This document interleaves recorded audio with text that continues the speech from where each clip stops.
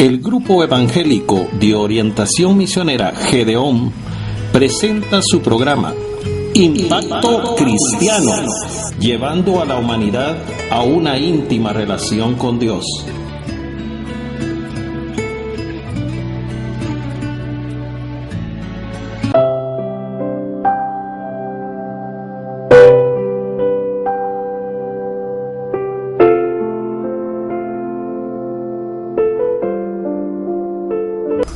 Hoy deseamos iniciar este segmento con una pregunta, pero no hacia ustedes, sino hacia Adrianita. Adrianita, yo quisiera hacerte una pregunta. ¿Realmente en todo lo que tú has emprendido, tus familiares te han apoyado? Estoy hablando de tus papás. ¿Realmente te han apoyado en todo, Adrianita? Déjeme recapitular así brevemente. Algunas veces sí y algunas veces no. Gracias a Dios pues tuve la bendición de tener a padres que me apoyaron en estudios, en consejos y en todo, ¿verdad? Pero hubieron decisiones en las que uno como persona las anhela, ¿verdad? Los trae, es nato, y donde ellos no le ven futuro a uno, y le dicen, no, esto no es lo que yo veo, no es lo que visualizo, ¿verdad? Entonces le cortan a uno ciertas decisiones, ciertos aires que uno quisiera desarrollar, ¿verdad? Entonces, algunas veces sí, algunas veces no. Muy bien, entonces es un precioso tema que podemos hoy tratar, ¿verdad? Definitivamente. Así es que lo podemos hacer con los televidentes. A la orden, claro que sí. Entonces vamos a comenzar este maravilloso programa charlando con nuestro hermano Pastor Saúl, y a cada uno de ustedes darles la bienvenida, ya que son ustedes parte de este maravilloso programa en el cual vamos a tratar por qué mis padres no me apoyan. Muchas veces nos sentimos cortados, ¿verdad? Sentimos el desaliento tremendo cuando no tenemos el apoyo de estos dos seres que son fundamentales para nuestras decisiones. Y hoy vamos a tratar este maravilloso tema, hermano pastor. Muy bien, Adrianita, vamos a hablar acerca de por qué mis padres no me apoyan. Pero queremos, Adrianita, dejar claro, ¿verdad?, que la Biblia dice que los hijos están bajo la tutela de sus padres y por lo tanto deben de obedecerle. No queremos pasarnos sobre esto. No quiero decirle, amado padre, que usted está haciendo malas cosas, porque usted tiene autoridad sobre sus hijos y los tiene que llevar por el camino correcto. Por eso es que hoy el consejo, más que para los hijos, es un consejo para usted, amado padre, porque el hecho de que nosotros tengamos que guiar a nuestros hijos no solamente es un derecho, pero también es una responsabilidad que tenemos. Quiero mostrárselo en la carta del apóstol Pablo a los Colosenses, en el capítulo 3, y los versículos el 20 y el 21. En ellos habla la responsabilidad que tenemos las dos partes de la familia, ¿verdad? Los padres y los hijos. ¿Qué dice Adrianita en Colosenses 3, 20 y 21? Claro que sí. Hijos, obedeced a vuestros padres en todo, porque esto agrada a Dios. El 21 dice: padres, no exasperéis a vuestros hijos, para que no se desalienten. Muy bien, entonces, Arianita, aquí dejamos bien en claro la primera parte. Es hijos, obedeced a vuestros padres en todo. ¿Y qué significa todo? Todo. Eso es todo, ¿verdad? O sea, realmente si él dice que yo estudio eso, si hago esto, lógicamente ellos tienen esa autoridad para hacerlo. La Biblia respalda al padre en eso. Y yo creo que los hijos, lógicamente, van a proceder y van a seguir y van a parar siendo padres. Entonces van a tener también esa responsabilidad. Ahora, vamos a enfocarnos en los padres, en dar ciertos consejos que tengamos que tener. Aquí dice la Biblia: padres, no desesperéis a vuestros hijos para que no se desalienten. Mira, el hijo desde pequeño viene muy animado. De hecho, él trae un buen concepto de la vida. ¿Por qué? Porque él es solo jugar. Él no tiene responsabilidades ni nada. Entonces, él viene bien positivo a la vida. Él dice: yo voy a ser un licenciado, yo voy a hacer esto, porque no está pensando cuánto va a costar la universidad, si tengo que trabajar, si me voy a casar antes o no. Él viene bien positivo. Entonces, pero cuando nosotros tomamos decisiones, esas decisiones pueden hacer que nuestros hijos se alienten o nuestros hijos se desalienten. Entonces, el padre tiene la gran responsabilidad de que su hijo siempre vaya alentado a alcanzar sus metas. Pero si yo, en lugar de hacer eso, lo desaliento, voy a destruirlo. Ahora, claro que son mis decisiones las que él tiene que seguir, pero esas decisiones pueden dejarlo marcado para siempre. Te quiero comentar sobre una experiencia que yo tuve cuando daba clases. Ajá. Yo daba clases a un alumno. Hace mucho tiempo. Sí, pero me entendía. Y le daba clases a alumnos, y este alumno estudiaba bachillerato en computación. Él era bueno en todas las clases, pero era malo en la mía. Y yo daba clases de programación. Imagínate, era bachillerato en computación, era la clase, sí, y era la clase principal de él, ¿verdad? Sin embargo, bueno, yo empecé a pensar, yo soy el malo y por eso es que él está perdiendo. Sin embargo, los demás alumnos no actuaban de esa manera. Entonces un día lo llamé y le dije, hijo, ¿qué te pasa? ¿Por qué realmente estás actuando así? Y él me dijo, la verdad, profesor, es que yo estudié esta carrera porque a mí me obligaron a estudiar esta carrera. Realmente a mí me encanta la música. Él era participante del grupo de rock y él quería dedicarse a la música, ¿verdad? Ser un gran músico que destacara. Y sin embargo, sus padres le dijeron, o estudia lo que nosotros dijimos o no te damos carro. Y le daban un carro, un picopito Datsun, me acuerdo que tenía. Condicionado, estaba el joven estudiando esa carrera. Así es, entonces él estaba muy presionado, ¿verdad? Entonces él decía, yo no quiero estudiar esto y no lo quiero estudiar. Y al final de cuentas me dijo, mire, profesor, pero no se preocupe, yo voy a estudiar y voy a ganar su clase. Así me dijo. Voy a agarrar el título, se lo voy a ir a poner a mi papá y se lo voy a poner ahí en su cuarto y le voy a decir, hasta aquí, eso es lo que te doy. ¿Qué crees, cómo crees que estaba ese joven? Estaba desalentado. Totalmente desalentado. Me quebranta a mí. Sí, definitivamente. Él sacó la carrera y le demostró a su padre que sí, fue y lo puso. Pero casi estoy seguro que él siguió el rock después, porque al final de cuentas... Esa era su pasión. Esa era su pasión, era lo que él quería hacer. Pero nosotros los padres pensamos que porque yo soy un contador, también ya soy auditor, pues quiero que mi hija también sea contadora y que sea auditora, ¿verdad? O soy un doctor y también quiero que mi hija sea doctora, claro, sin saber si ella trae esos dotes como para poder ser una doctora, para poder ser una licenciada, sino que lo que yo quiero, eso es lo que le tengo que pasar a ella. Este es el consejo para los padres, entonces, Arianita, es decir, debemos de reconocer que tenemos una autoridad, lógicamente, pero tener autoridad también significa que tenemos responsabilidad, porque nosotros debemos de saber hacia dónde vamos a llevar a las personas. Nosotros las podemos llevar a un lugar desastroso, podemos hacer que nuestros hijos sean muy exitosos o que sean los hijos más fracasados que puedan haber. ¿Cómo miramos eso, Erika? Lo miramos primeramente cuando nosotros somos personas que no miramos, que no somos futuristas y por lo tanto no tomamos en cuenta a nuestros hijos. Es cierto que nuestros hijos desde pequeños dependieron de nosotros. Y deben obedecernos. Sí, definitivamente. El niño dependía tanto que se agarró de nuestra mano para caminar y no se quería soltar y no se quería soltar hasta que se soltó el camino. Le compramos una bicicleta y nosotros le enseñamos con la bicicleta. Entonces él depende mucho de nosotros. Pero nosotros pensamos que toda la vida él va a depender de nosotros. Pero él es un ser humano, dotado igualmente con muchas cosas que a él puedan servirle en el futuro. Entonces, ¿qué significa eso, Adelita? Que hay que tomarlo en cuenta. Hay que tomarlo en cuenta y decirle, mijo, ¿qué es lo que tú quieres ser en la vida? Porque él va a desarrollar esas cosas de una mejor manera y las va a hacer bien. Entonces, si uno de tus hijos dice, yo quiero ser doctor, porque siente esa pasión, porque siente ese deseo de ser doctor. Por los enfermos, por la medicina y... Lo miras que tiene esas características, de qué tiene que hacer, entonces apóyalo en eso. ¿Ya? Pero si también él te dice, papá, yo quiero ser un gran albañil, pues entonces mira, ve a comprarle su carreta, ve a comprarle su... Y posiblemente es ahí donde entra la sabiduría y la inteligencia de los padres, porque posiblemente el niño lo que ve es ser albañil, pero una carrera académica enfocada a la albañilería sería una arquitectura. Así es. Porque los arquitectos hacen casas, diseñan casas, ya de una manera más educada, ¿verdad? Sí. Entonces, esa sería la orientación que el padre le tendría que dar. Todo lo contrario a decirle, deja de estar pensando tonterías, sí, y dedícate a estudiar contabilidad, qué sé yo, que si el niño ni siquiera le gusta sumar. Exacto. Prácticamente dijiste algo que es correcto, ¿verdad? O sea, el niño dio la luz. Él quiere ser albañil. Ajá. Eso significa que quiere ser o ingeniero, quiere ser arquitecto, porque le gusta hacer eso.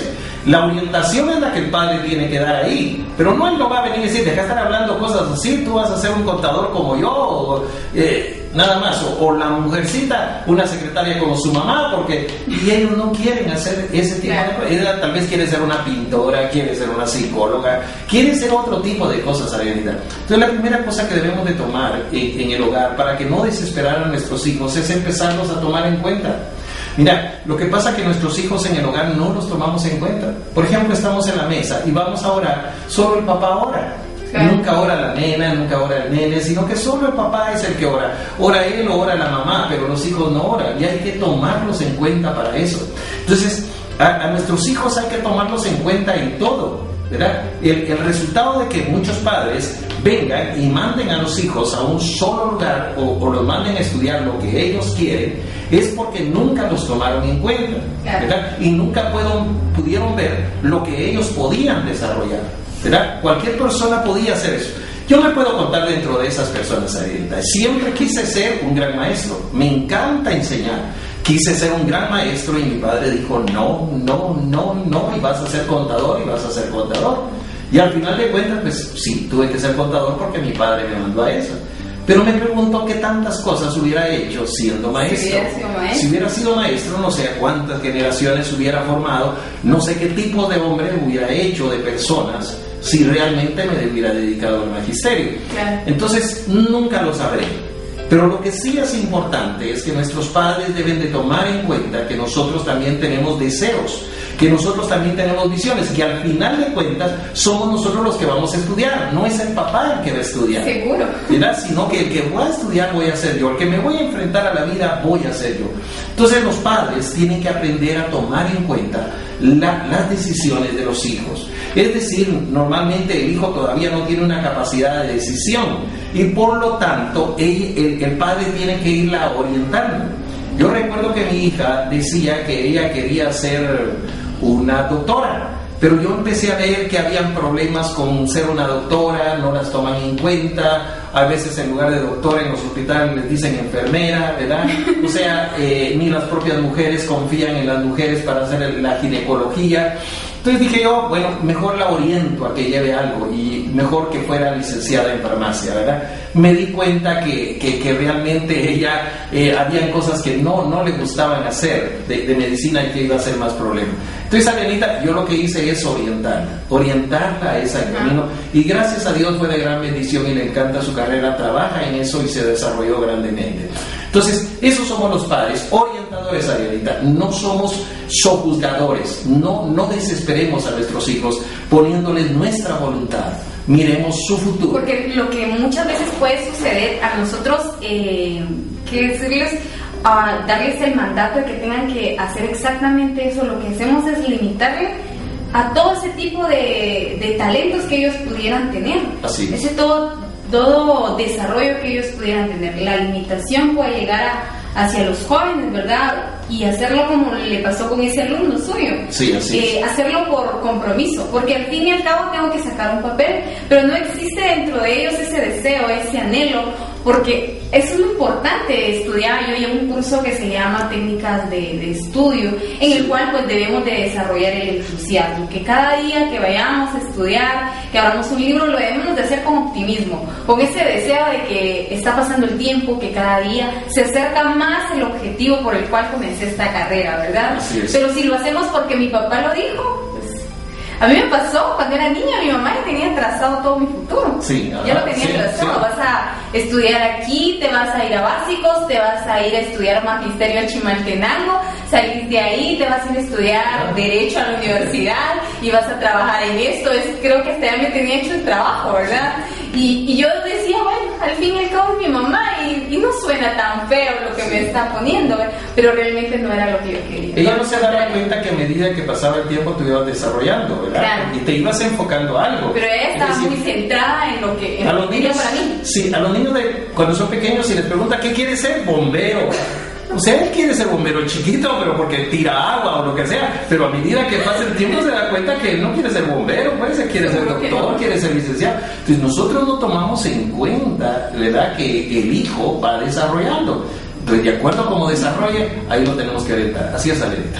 Claro que sí. Bien, muchísimas gracias. Esto ha sido charlando con nuestro hermano Pastor Saúl. Así que a todos los padres y a aquellos padres jóvenes que que muchas veces no saben qué hacer, ¿verdad? Queremos decirles, ¿verdad?, que tomen en cuenta las decisiones y los deseos de sus hijos para no truncar el futuro ni todo aquel potencial que cada uno de los jóvenes tenemos, ¿bien? Esperando que nos sigan escribiendo a cada una de nuestras redes. Ya en pantalla aparece, nos puede escribir por Facebook, también puede escribirnos si quiere hacerlo más personal a nuestro correo electrónico, también aparece nuestro número de teléfono para que usted pueda comunicarse con nosotros y nosotros amablemente le estaremos atendiendo. Será hasta la próxima, que el Señor nos bendiga grandemente. Amén. Muchas bendiciones.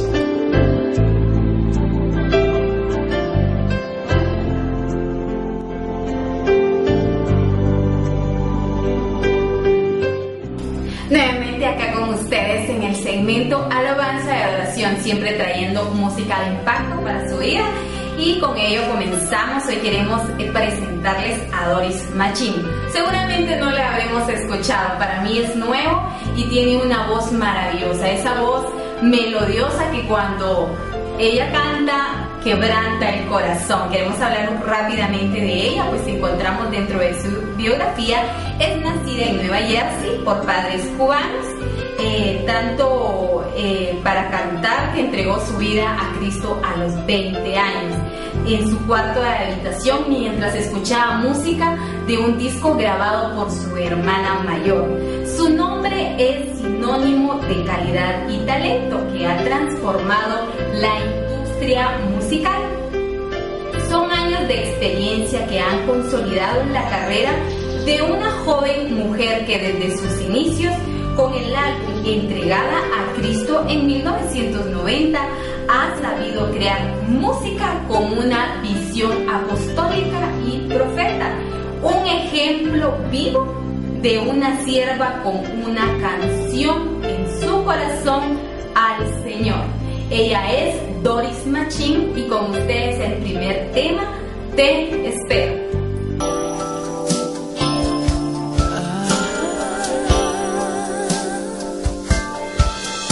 Ha llegado la noche oscura, yo sentada aquí, mirando cada estrella alumbrar un poco más de la oscuridad. Van pasando los minutos, las horas, y yo pensando en ti, imaginando cómo serás, a dónde tú estarás, y pensar que en algún lugar tú también estás sentado, mirando el mismo cielo, la misma estrella, y hablando con Dios. ¿Cómo serás? ¿Dónde estarás? Y no puedo dejar de pensar en ti.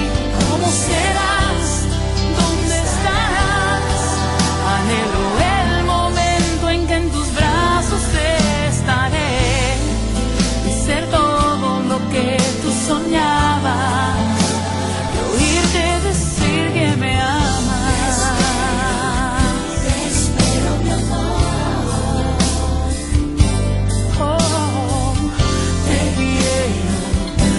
Quiero mi amor. Han pasado las horas y todavía aquí, pidiendo al Dios de los cielos por ti, tus pasos pueda guiar para mí. Y orando por ti, tú pidiendo por mí, no sabemos cómo será aquel día en el cual nos conoceremos, nos uniremos. Dios te hizo para mí. ¿Cómo serás? ¿Dónde estarás? Yo no puedo dejar de pensar en ti. ¿Cómo serás? ¿Dónde estarás? Anhelo el momento en que en tus brazos estaré y ser todo lo que tú soñabas, y oírte decir que me amas.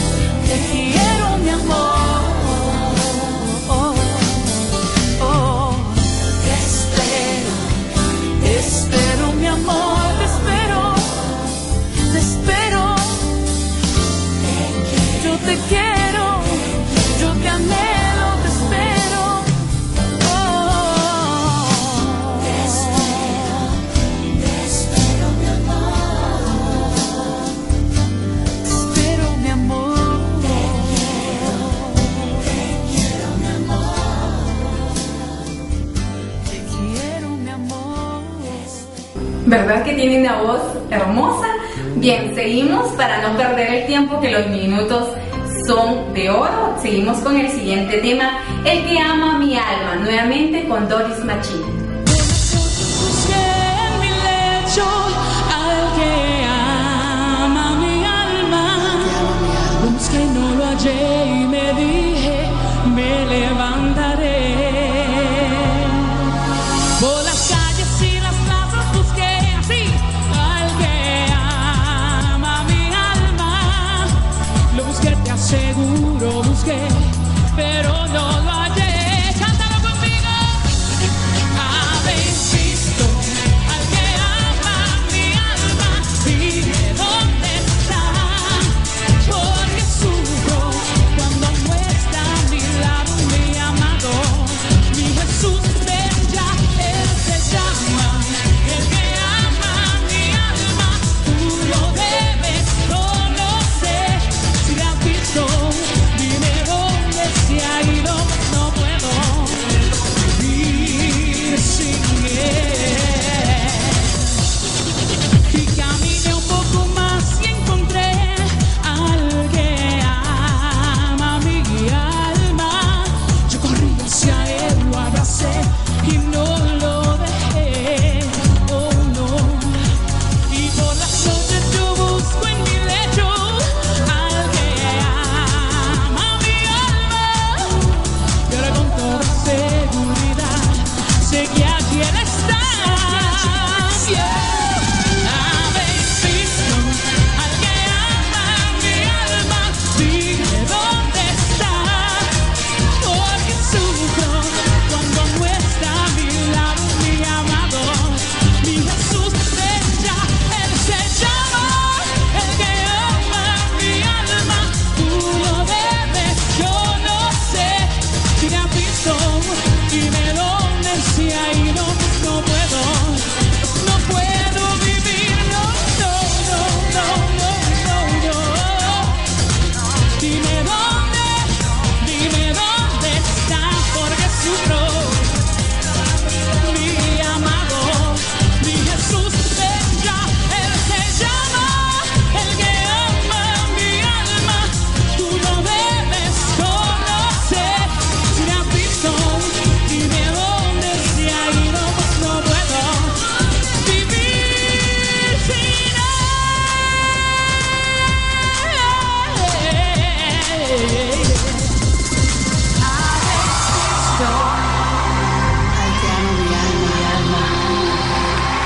Y para nuestro cierre de impacto en alabanza y adoración, queremos cerrar con Dios de pacto, siempre con Doris Machín, esperando que hayan pasado un momento agradable y ameno en compañía de cada uno de nosotros, y para nosotros un gusto y un privilegio saber de ustedes. Será hasta la próxima, que el Señor los bendiga grandemente.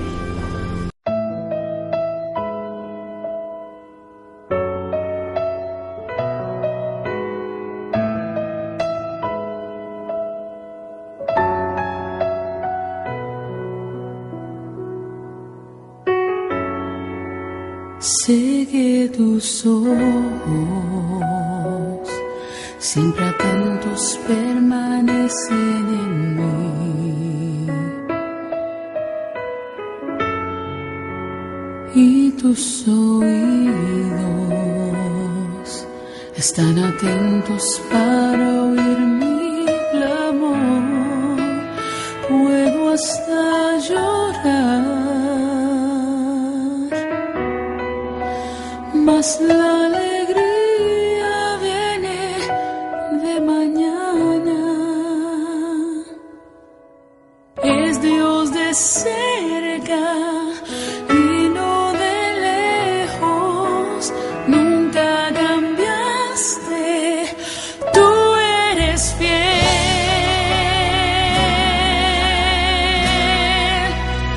Es Dios de pactos, Dios de promesas, Dios que no es hombre para mentir. Todo puede pasar, todo puede cambiar, mas tu palabra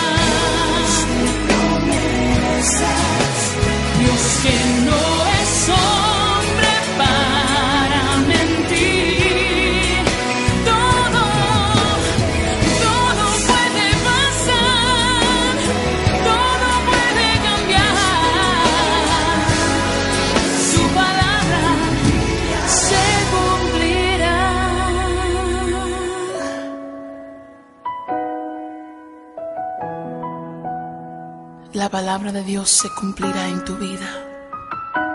Porque Él no es hombre para que mienta, ni hijo de hombre para que se arrepienta.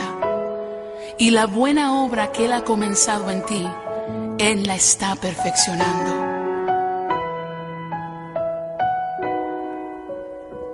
No morirás, sino que vivirás. Y vivirás para contar las maravillas del Señor en la tierra de los vivientes. Todo lo que Él te ha prometido, Él lo cumplirá. Es Dios de ser, es Dios de ser.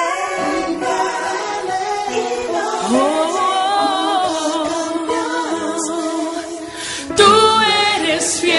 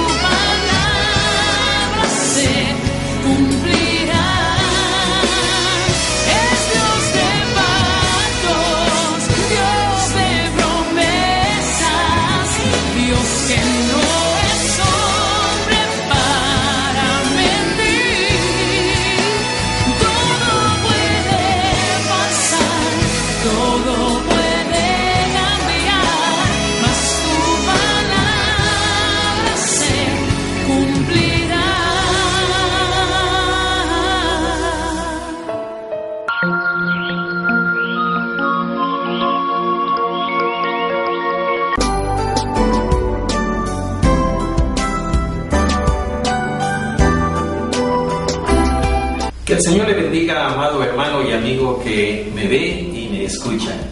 En esta oportunidad traemos un mensaje precioso. Probablemente usted sea un líder, ya sea un pastor, jefe de diáconos, un diácono, un presidente de jóvenes o cualquier posición que usted tenga. Yo creo que se va a identificar con este mensaje. Algunas veces esto me pasó a mí y yo sé que le puede pasar a usted también. Muchas veces queremos hacer de todo en la iglesia. Queremos ser el pastor, queremos ser el músico, además de eso queremos ser presidentes de jóvenes y queremos ser diáconos, queremos ser de todo en la vida. ¿Será eso correcto? Y el tema para esta oportunidad es líderes con sabiduría. ¿Qué es lo que debemos de hacer?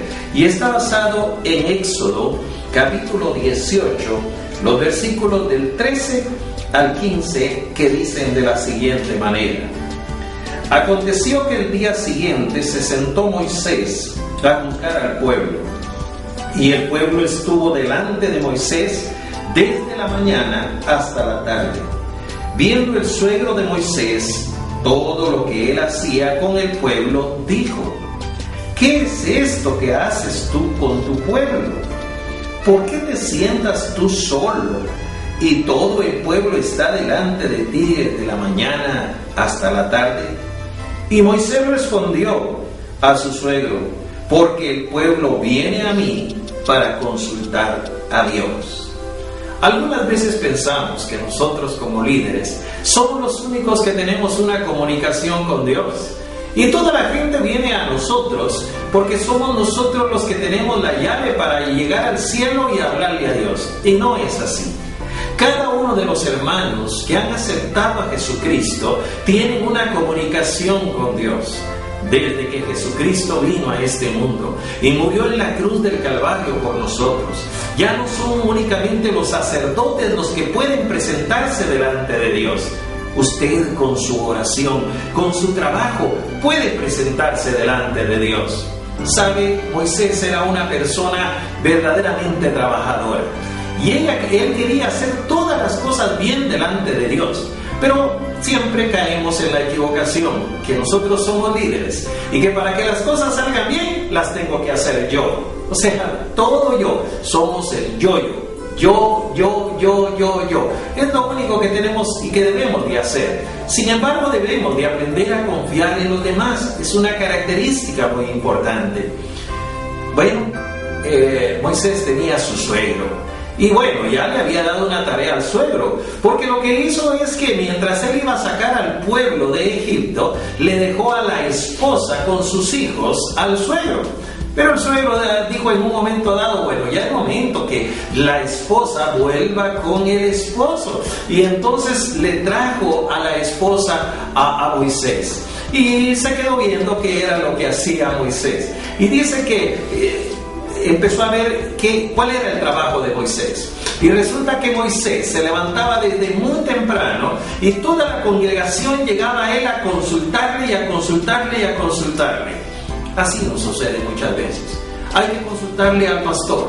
Hay que consultarle al pastor y todo es pastor, pastor, pastor, pastor. Nunca podemos hacer todas las cosas y lo llenamos a él de tantas cosas porque pensamos que él es el único que tiene la comunicación delante de Dios. Al suegro de Moisés le pareció que eso era incorrecto y verdaderamente es incorrecto dentro de la iglesia. El pastor quiere estar en todas las cosas. Quiere ver en la construcción qué es lo que se hace en la construcción. De que los templos los construyen los hombres. La iglesia verdaderamente la construye Dios. Y como siervos, a eso nos llamó Dios. Es cierto que debemos de construir templos, pero lo primordial es construir una iglesia. Y para construir una iglesia como siervo de Dios, tengo que tener una comunicación directa con Él y dedicarme a esas cosas. Debo de aprender a delegar a los demás. Y también los miembros de nuestra iglesia deben de aprender también a darles privilegios a los demás.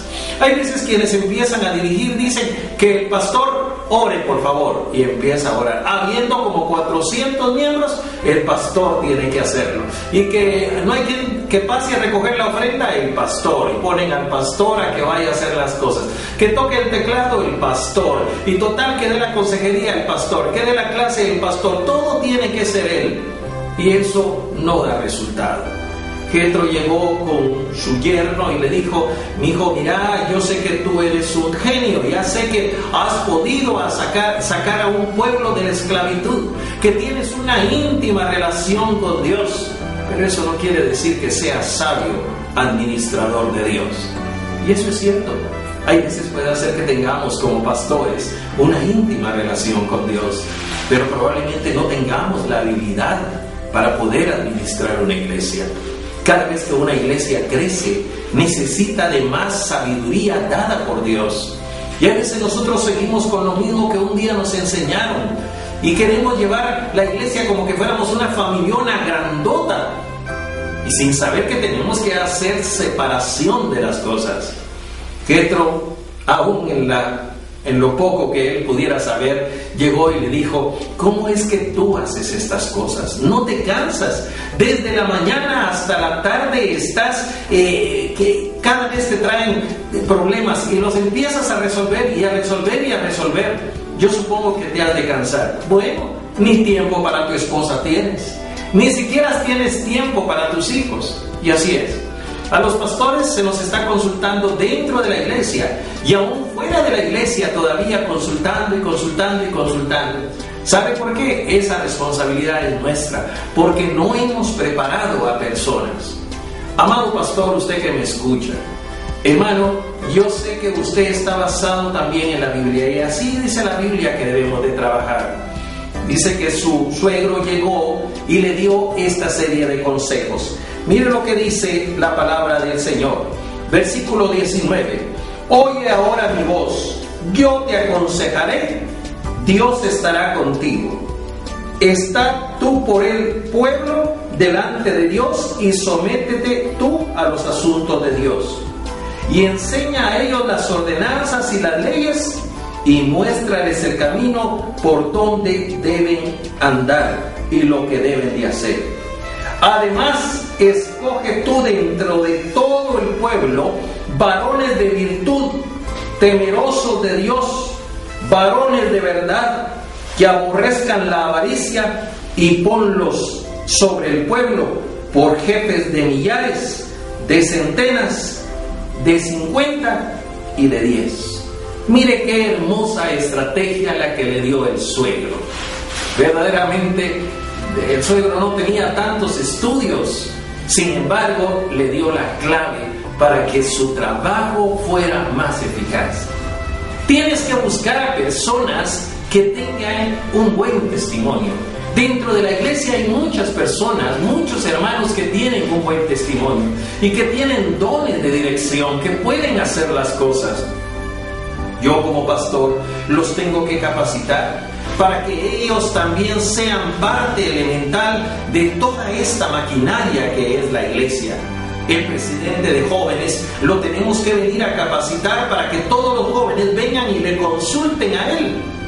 Que no tengan que llegar a mí, sino que le consulten a él primero lo que tenga que hacer. Debemos de capacitar a la presidenta de jóvenes. O debemos de capacitar también a la presidenta de la femenil. Debemos de capacitar al presidente de diáconos y así a todos los líderes. Debe de existir capacitación. No solamente nos podemos dedicar a predicar y a predicar y a predicar, sino que tenemos que hacer líderes dentro de la iglesia. Esa es la función del pastor, hacer líderes dentro de la iglesia, pero líderes que sean sabios, que estén capacitados, que estén basados en un testimonio maravilloso que ellos tengan. No vamos a poner a líderes que no tienen un buen testimonio, porque ¿a dónde van a llevar a la demás gente?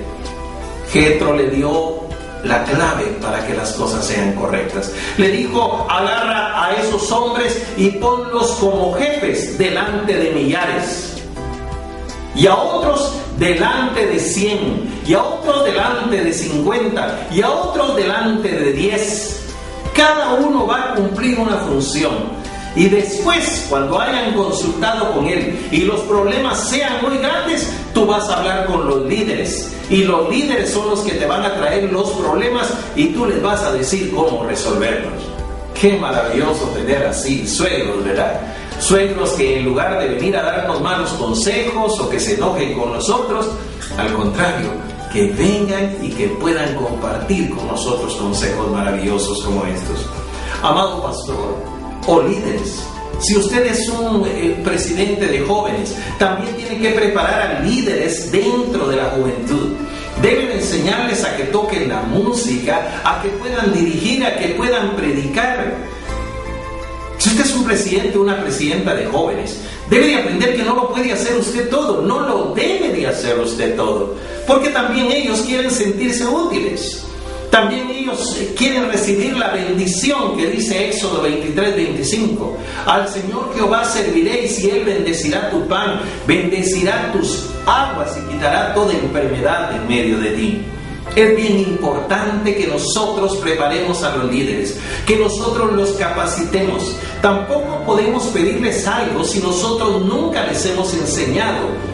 Así es que tómese un tiempo para capacitar a los líderes y no sea usted el centro de todos los problemas. No se considere que es el único que tiene la relación con Dios, que usted es la única persona que Dios lo escucha, que a los demás no los escucha.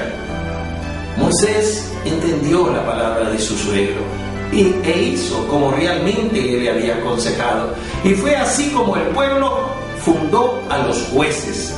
Usted mira que hay un libro que hay, el libro de los jueces. Precisamente así nacieron los jueces, porque los jueces empezaron a tener autoridad sobre cada parte del pueblo. No hacerlos ellos todo, hacer lo mismo. En una iglesia todos debemos de trabajar, todos tenemos una parte importante.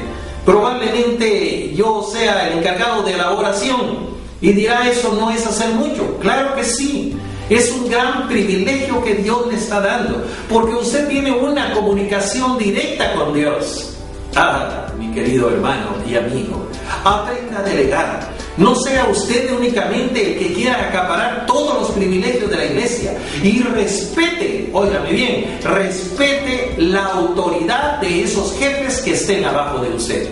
Porque ese es otro de los problemas. Es cierto que yo delego a las personas, pero me estoy metiendo en el trabajo de ellos. No, si él es un presidente de jóvenes, que él actúe como presidente.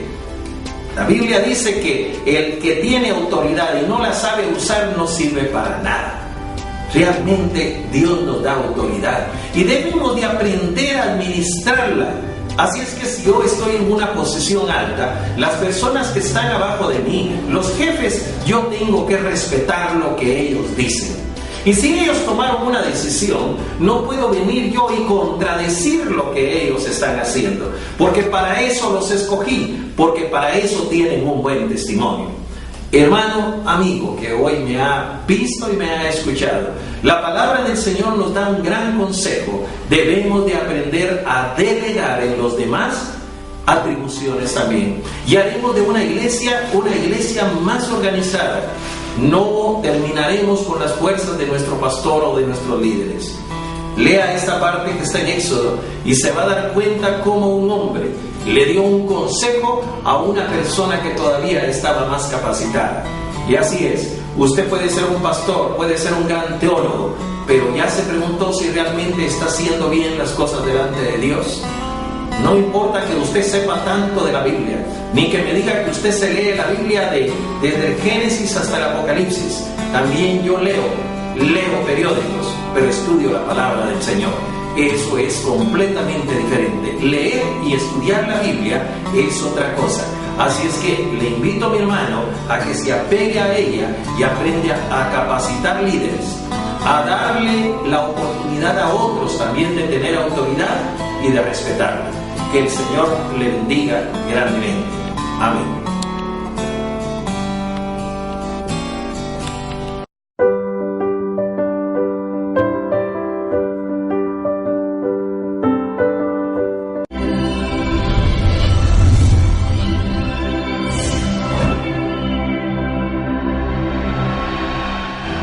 Hola, ¿qué tal? Te saluda Raúl Sotomayor desde el canal de la Reforma Continua. A continuación te presentamos la historia de la Biblia Reina Valera. Ese documental es traído a ti gracias al Ministerio de la Iglesia Bautista Metropolitana. Me despido de ti no sin antes desearte que Dios te bendiga y que este material sea para tu santa edificación. No olvides suscribirte y comentar. De todos los libros que se encuentran en esta biblioteca o en cualquier otra biblioteca en el mundo, hay uno que sobresale. Este libro es la Biblia, la palabra de Dios, preservada a través de 3 milenios, y Dios mismo ha prometido que es el mismo ayer y hoy y por toda la eternidad. Parte de esa preservación incluye su traducción a miles de idiomas, la mayoría de ellos durante los últimos 100 años. Pero para los hispanos ya ha existido por casi 5 siglos. Desafortunadamente, muchos de los que han sido impactados por la Biblia en español no saben cómo llegó este libro a nuestras manos. Le invitamos a viajar con nosotros a los lugares originales donde Dios hizo la gran obra de dar al mundo hispano este tesoro eterno.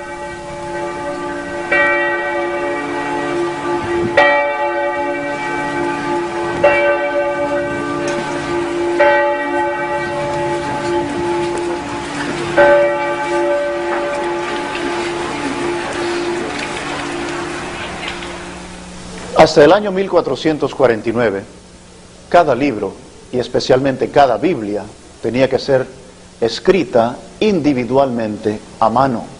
Cada letra, cada palabra, cada línea, cada página tenía que ser escrita a mano. Era un proceso extremadamente laborioso, caro e increíblemente tardado. En 1450, un hombre llamado Juan Gutenberg inventó la primera imprenta de tipo movible. Me encuentro en el Museo de Gutenberg en la ciudad de Mainz, en Alemania, y esta es una réplica de esa imprenta. El proceso de tipo movible es muy sencillo. Cada letra era moldeada de un metal especialmente mezclado. Luego esas letras individuales eran arregladas en palabras, alineadas, y luego una página entera podía ser compuesta y puesta en una repisa o en una bandeja como esta. Esto era puesto debajo de la plancha, tinta era aplicada a las letras, el papel era puesto sobre la tinta. Todo esto después estaba imprimido por compresión. Las letras entonces quedaban grabadas en el papel. Dos cosas suceden aquí que son muy importantes. En primer lugar, por primera vez, errores podían ser corregidos sin tener que escribir toda la página, simplemente cambiando el orden de las letras o arreglando las palabras en la bandeja.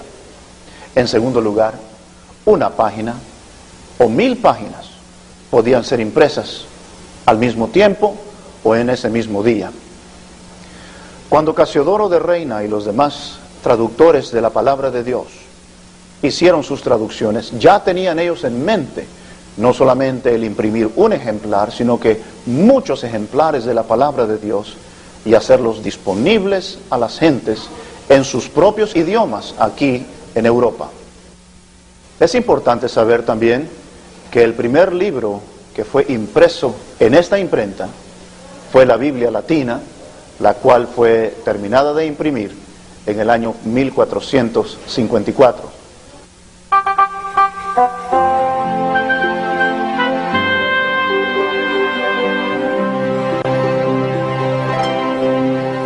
En 1516, un hombre llamado Erasmo, oriundo de Rotterdam, en Holanda, trabajó en ese edificio a mis espaldas, aquí en la ciudad de Cambridge, para publicar una edición del Nuevo Testamento directamente del idioma griego. Esta edición, llamada la Gran Edición del Nuevo Testamento, ha llegado a ser la columna vertebral de la familia de textos que sirvieron como inspiración para muchas traducciones de la Biblia en diversos idiomas.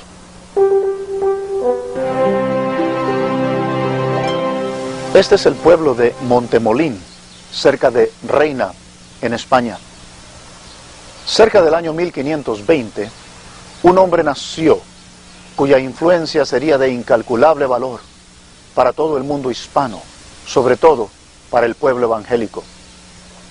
Su nombre fue Casiodoro, mejor conocido como Casiodoro de Reina. La primera mención histórica de Casiodoro se encuentra cuando entra al monasterio de San Isidoro en Sevilla como monje jerónimo.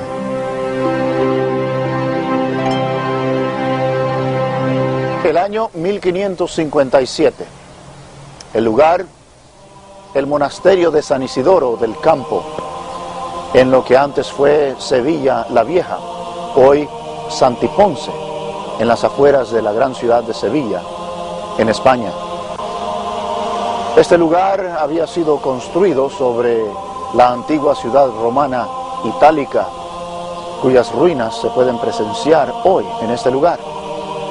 Por varios años ya, el espíritu de la Reforma se hacía sentir entre los monjes de este monasterio. Las obras de Lutero, Erasmo, Zwinglio, Calvino habían sido muy bien recibidas por los monjes de este lugar. Ellos habían estudiado las escrituras de estos grandes hombres de Dios y habían sido grandemente influenciados por ellos, lo cual hubiera animado a Casiodoro de Reina a hacer la primera traducción de la Biblia de los originales al español. Tenemos que entender que en 1551 la Inquisición española había prohibido estrictamente no solamente la lectura, sino que la posesión de cualquier ejemplar de la Biblia que no fuera en el idioma latín. O sea que cualquier edición de la Biblia traducida a un lenguaje común era estrictamente prohibida en todo país en Europa.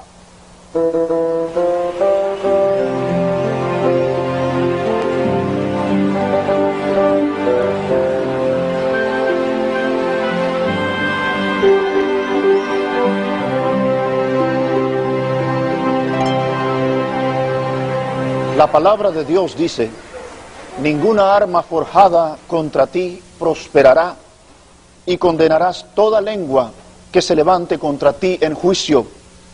Esta es la herencia de los siervos de Jehová, y su salvación de mí vendrá, dijo Jehová. Estamos en el castillo de la Inquisición. o por lo menos lo que queda del mismo. Este era el cuartel general de la Inquisición aquí en Sevilla. En este lugar se encontraban los notorios calabozos de Triana. Aquí eran traídos los hermanos, eran torturados, eran enjuiciados y luego eran llevados al otro lado del río Guadalquivir, a la plaza de San Francisco, para sufrir el martirio. Por los últimos 200 años, este castillo fue destruido y sistemáticamente desmantelado. Lo último que queda son estas paredes, estas bases sobre las cuales ahora estos edificios se levantan, y este callejón que queda como un testigo mudo de las injusticias y las crueldades que en una ocasión se efectuaron aquí en contra de nuestros hermanos. Ciertamente, la palabra de Dios se verifica una vez más, y Dios ha sido fiel a esa palabra.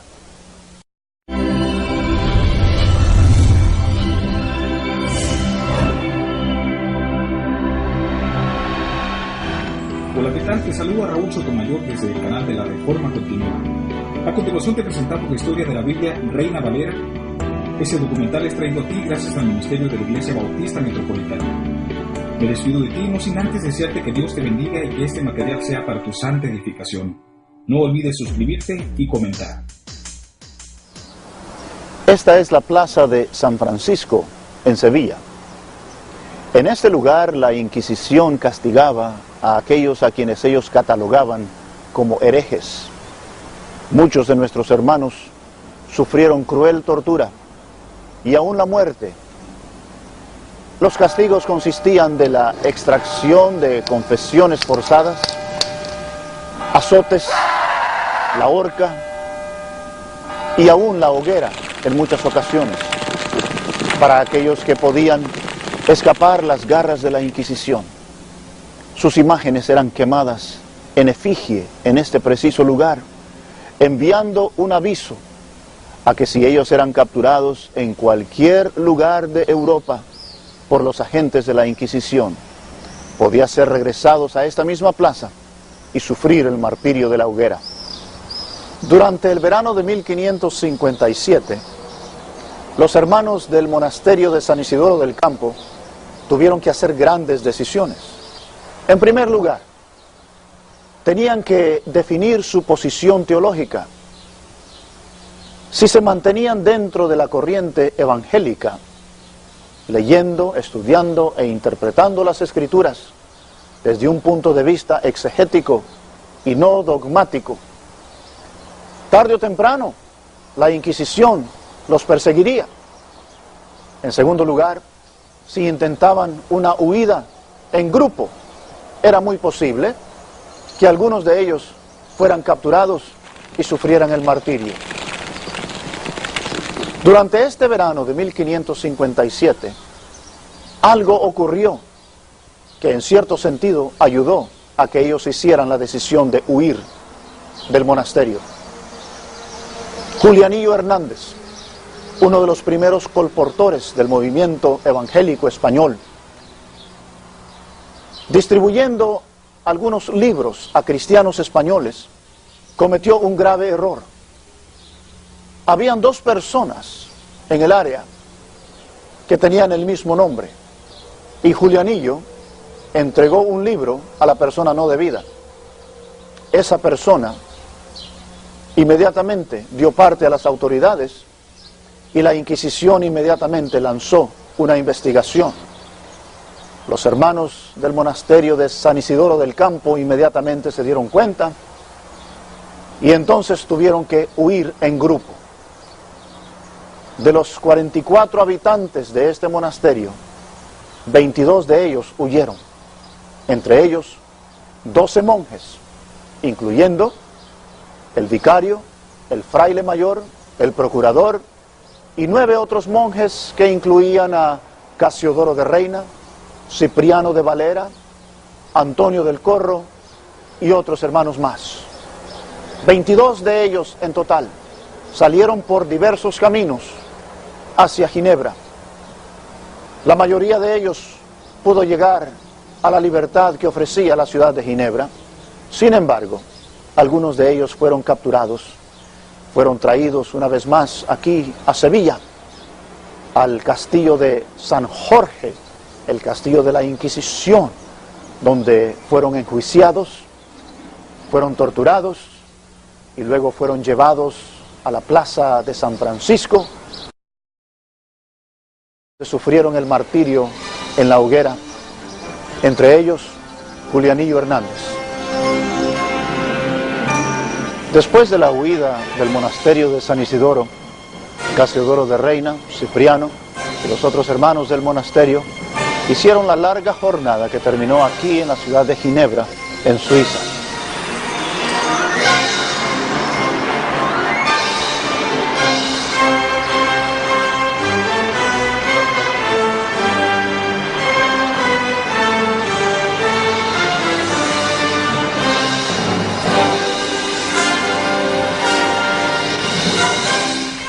La ciudad de Ginebra es una ciudad muy interesante.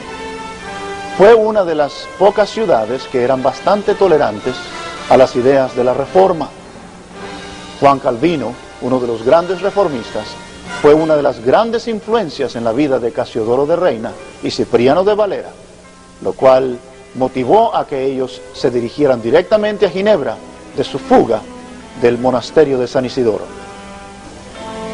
Por varios años, el grupo de refugiados españoles se reunía en una pequeña congregación aquí, y cuando llegaron Casiodoro, Cipriano y los demás, inmediatamente se juntaron a ellos. Mucho ha cambiado en la ciudad de Ginebra desde esos días. Sin embargo, por estas calles sabemos que los hermanos pasaron muchas veces haciendo la obra del Señor. Detrás de mí se encuentra el monumento que los ciudadanos de Ginebra dedicaron a los campeones de la Reforma en Suiza: a Farel, Calvino, Beza y Knox. Ciertamente, Casiodoro de Reina y Cipriano de Valera y los demás estaban en muy buena compañía. Sin embargo, diferencias surgieron, y Casiodoro consideró mejor trasladarse juntamente con parte de la congregación española directamente a Londres, en Inglaterra. La reina Isabel había ascendido al trono, y las garantías religiosas en Inglaterra eran mucho mejor que en otros lugares.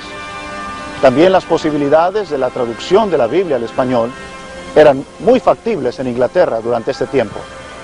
Cipriano de Valera permaneció aquí en la ciudad de Ginebra por lo menos 2 años después de que Casiodoro y parte de la congregación se fueron a Londres.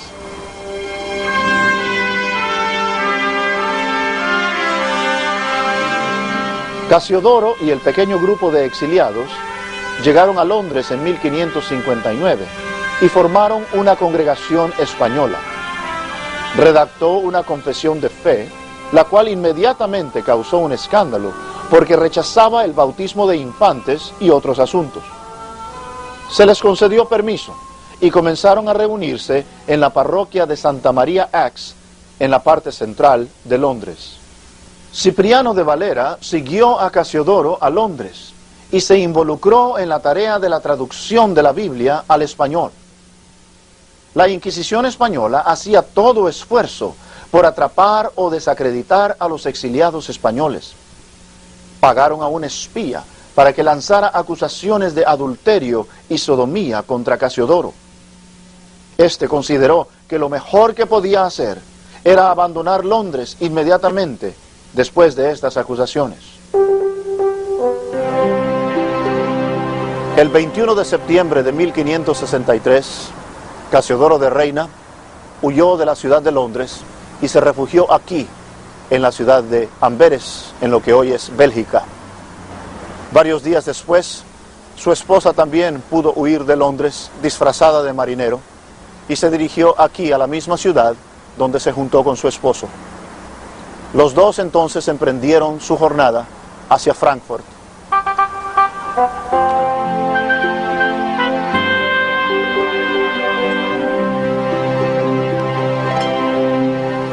De Amberes, Casiodoro de Reina se dirigió directamente aquí, a la ciudad de Frankfurt, en Alemania. Su propósito principal era concentrarse en terminar la traducción de la Biblia al idioma castellano. También al llegar acá, se comunicó inmediatamente con los hermanos de la Iglesia Española, que ya se reunían aquí por muchos años, y sirvió como pastor y como líder en este lugar. También durante este tiempo él viajó extensivamente entre Frankfurt, Estrasburgo y Basilea, no solamente en el trabajo de la traducción de la Biblia, sino también para hacerse cargo de su negocio de sedas que él y su esposa operaban. También durante ese tiempo, su hijo Marcos, su primogénito, nació.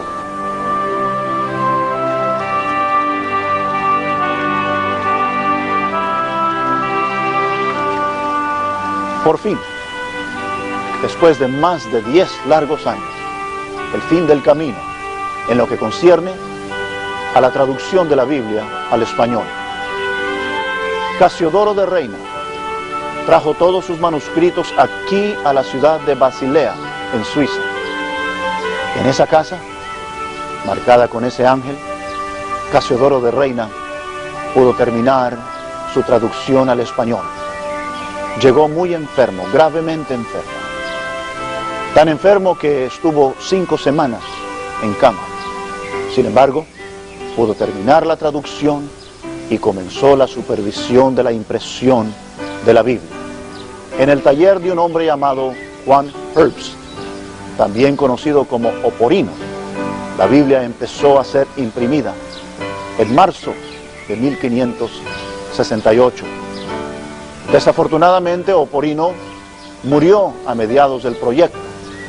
Sin embargo, Guarín, el hombre que tomó el negocio, con la ayuda de otro impresor llamado Apiario, pudieron terminar la obra en agosto de 1569. La Biblia que Casiodoro de Reina tradujo y publicó es conocida como la Biblia del Oso, por la portada que tiene, con la figura de un oso tratando de alcanzar un panal de abejas.